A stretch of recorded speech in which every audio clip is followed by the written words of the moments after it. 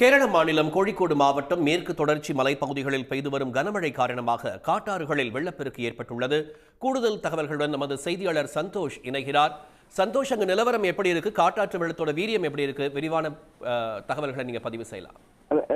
தற்போதைய நிலையில அந்த காட்டாறுகளில் ஏற்பட்டிருந்த அந்த வெள்ளப்பெருக்கானது குறைந்திருக்கிறது என்ற ஒரு தகவல் தான் வெளியாகி இருக்கிறது.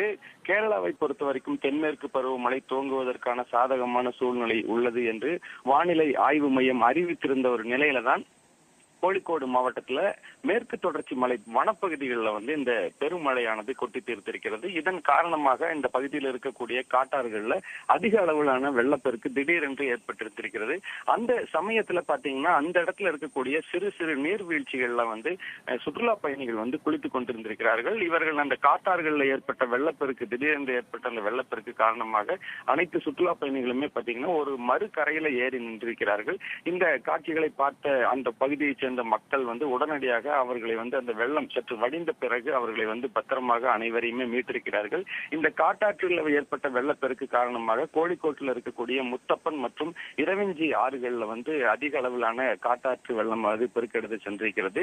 தற்போதைய சூழ்நிலைகள்ல மலைப்பகுதிகள், அதாவது மேற்கு தொடர்ச்சி மலையினுடைய வனப்பகுதிகள் மற்றும் மலைப்பகுதிகளில் திடீரென்று மழை பெய்யக்கூடிய ஒரு வாய்ப்பு இருக்கக்கூடிய காரணத்தினால இந்த சுற்றுலா பயணிகள்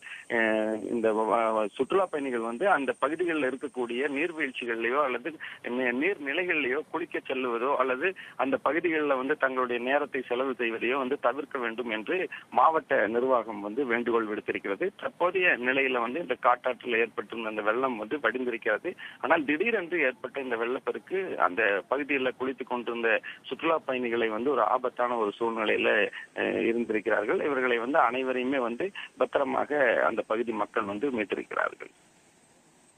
நன்றி சந்தோஷ், விவரங்களை பகிர்ந்தமைக்கு. உடனுக்குடன் செய்திகளை தெரிந்து கொள்ள சன் நியூஸ் பெல் ஐகானை கிளிக் பண்ணுங்க.